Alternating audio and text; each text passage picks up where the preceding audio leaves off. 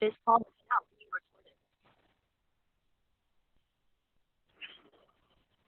I'm Saswati Roy from Department of Physics, National Institute of Technology, Agartala. Today, here we are discussing gravitational deflection of light ray using material medium approach. This is the outline of my talk. So, the gravitational deflection of light ray is an important prediction of Einstein's general theory of relativity. When a ray of light passes around a gravitational mass, it is deflected and can be calculated by different methods. One of the methods is the null-digit method. Another one is the material medium approach. Here in this presentation, we will discuss only about the material medium approach, and for that purpose, we will consider different space-time geometry.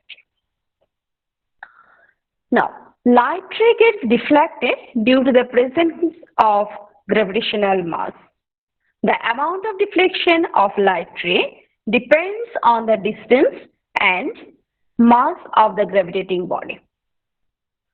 By studying the trajectories of light ray due to a particular object, we may get the idea of gravitating body due to which light deviates, as well as we can calculate the mass of that object through which the deflection angle is measured. In this approach, curved spacetime has been considered as a material medium, and different layers of the medium are represented by refractive indices. Thus, the gravitational effect is represented by an equivalent refractive index of the medium. Therefore, if a ray of light passes through a material medium, the light ray will deviate due to the variation of the refractive index of the corresponding medium. Now, I will discuss different space-time geometry, where Schwarzschild geometry is for the uncharged, non-rotating gravitating object. Reisner-Jordan geometry is called for the geometry for the gravitating object in which there is no rotation parameter, that is, non-rotating charged gravitating body is called as the Reisner-Jordan gravitating body. Rotating uncharged gravitating body is known as the Kerr gravitating body, whereas charged rotating gravitating body is known as the Kerr-Newman gravitating body.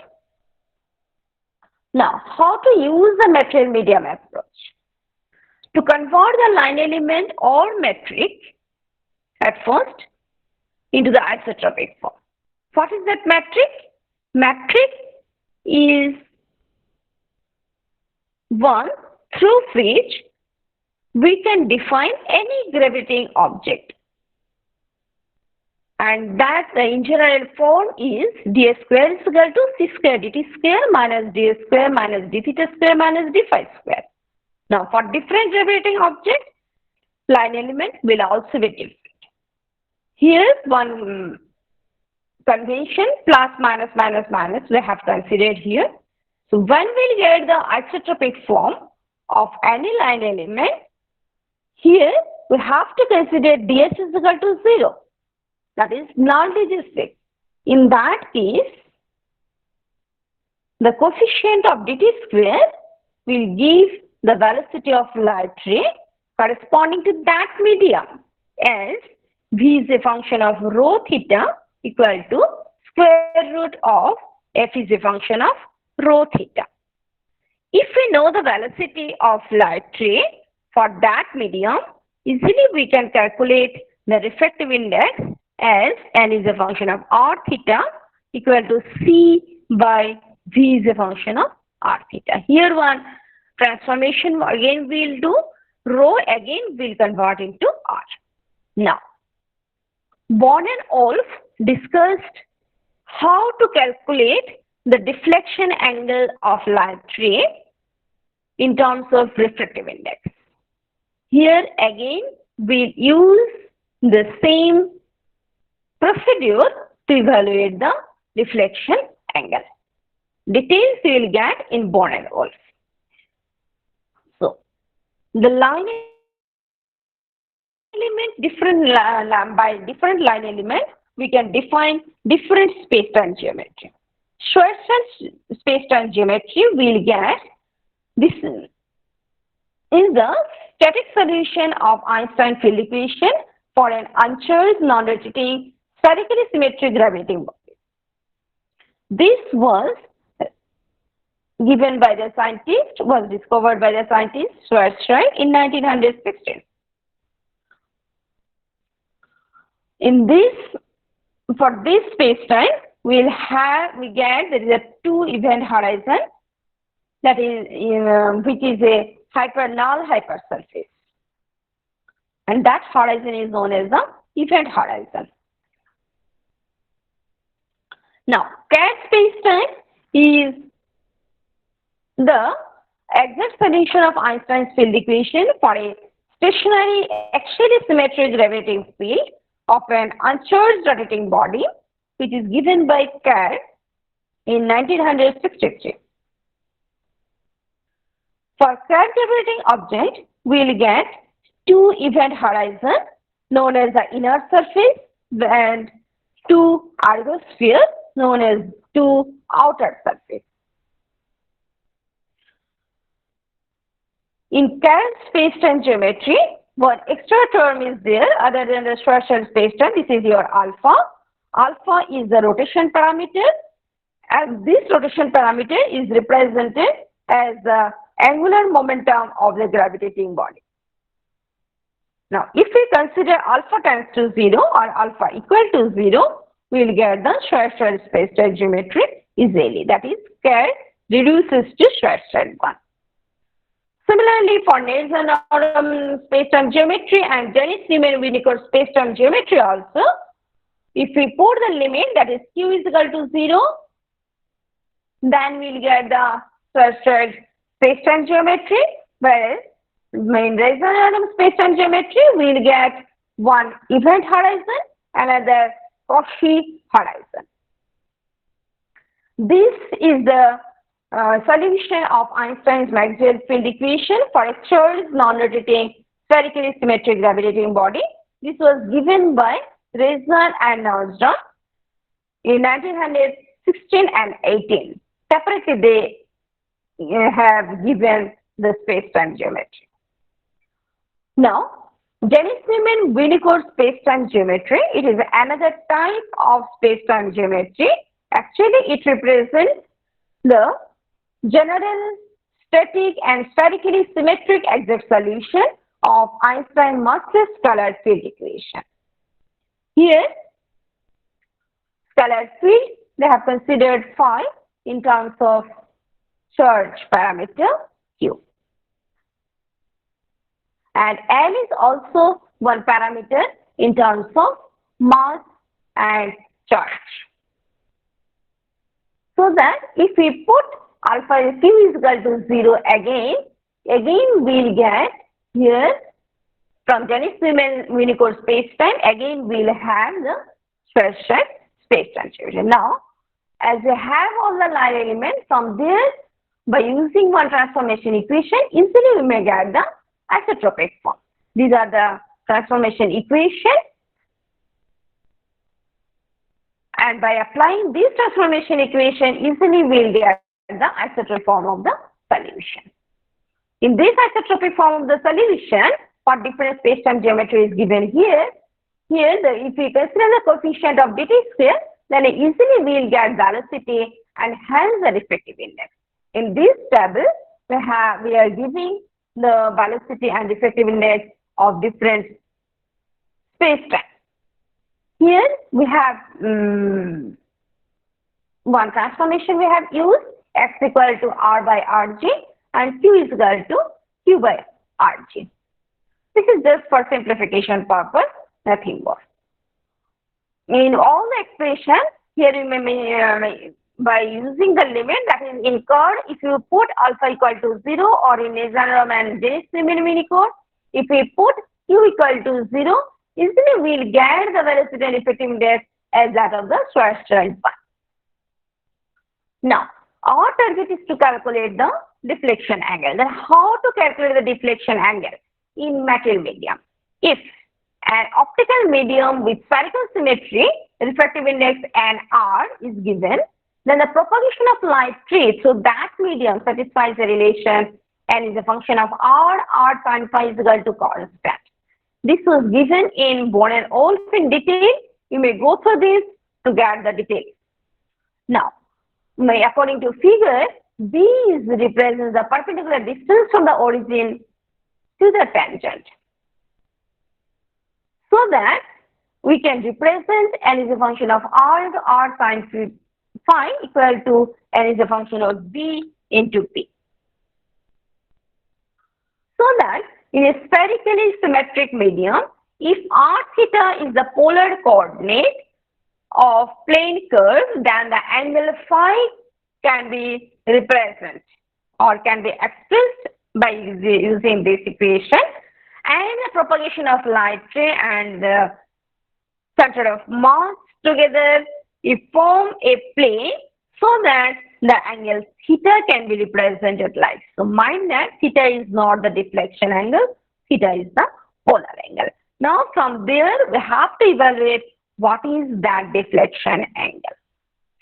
So to evaluate this, we'll use, as in the closest approach, A is equal to NV into B, and after substituting this, we may get the deflection angle like so.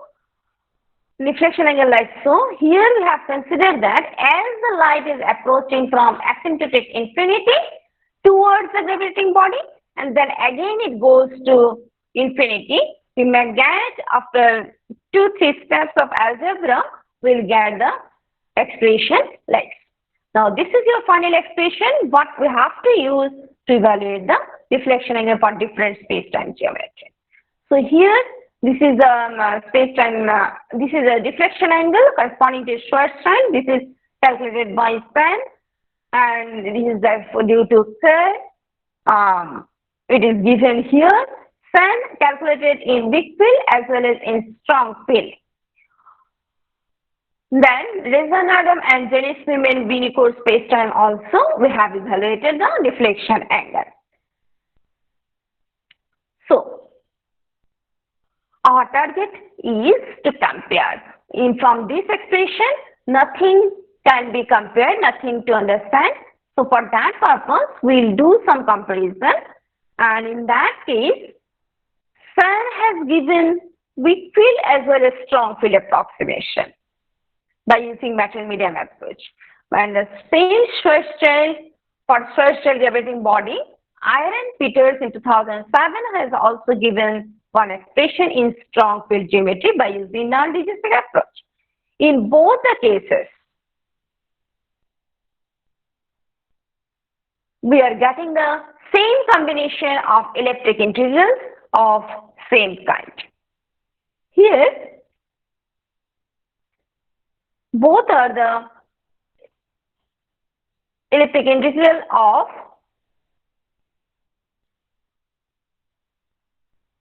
same kind in both the cases. Now, when we are calculating the Roy and Span calculated value, we compare with the Iyer and Hudson in 2009. We'll see that Iyer and Hudson has calculated the deflection angle in terms of elliptic integral, whereas Roy and Span has given one analytical expression. So that we cannot compare here so easily just like the Schwarzschild one. Because of that reason, we have plotted some graphs. In this graph, in the first graph, left hand side, we have plotted the deflection angle in terms of the rotation parameter, and we have considered the corresponding for that purpose, Sun is the gravitating body. And in Iyer and Hudson also plotted the deflection angle in terms of rotation parameter. Here one limit is up to 1 if you consider it as like so. In that case, we'll see then both the pattern are same. From there, we may conclude that we are getting the similar kind of result. And another plot has been done in terms of impact parameter, deflection as a function of impact parameter, and in both the cases we are getting the similar pattern of graph. In our case, we have used one highly rotating pulsar 1 and 1 and plus 2 1.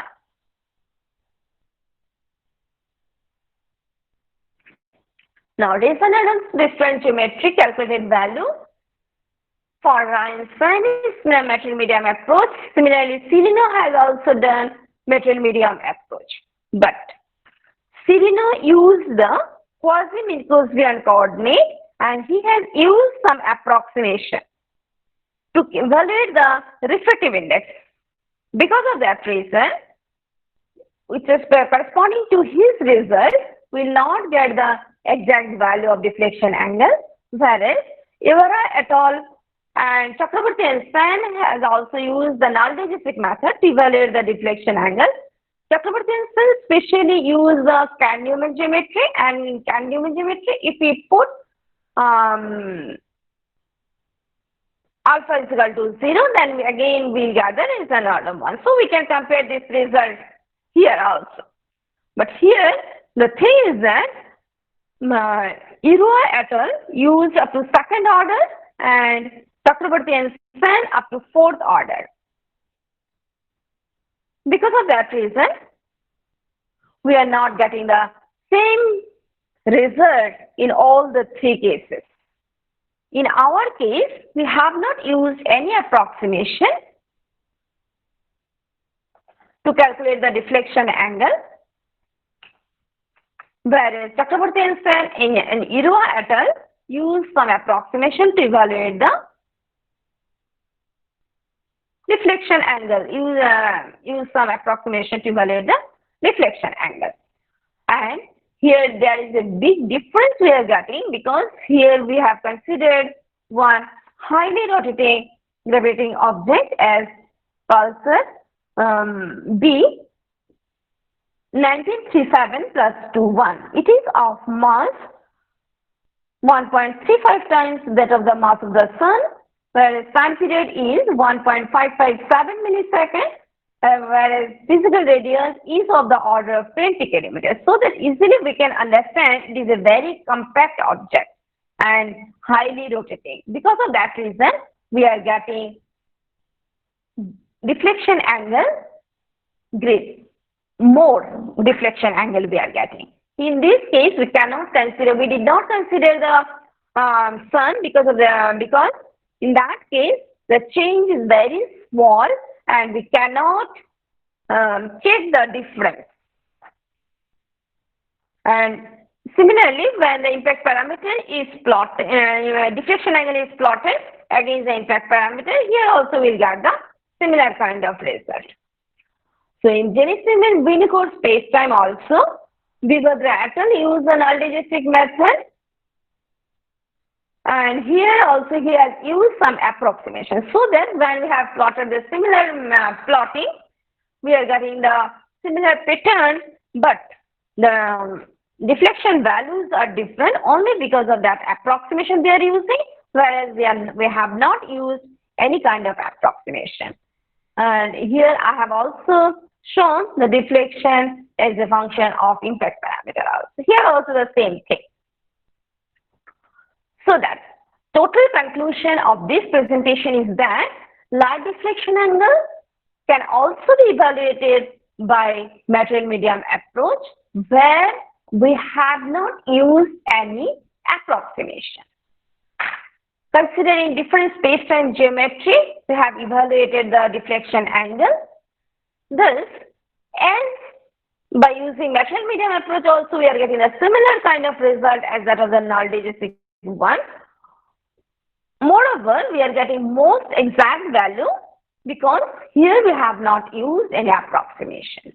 Now, to verify the result, we have used sun as a test case, and in some other cases, some millisecond pulsars also we have used to get the result more objectively and so that we can compare the deflection angle.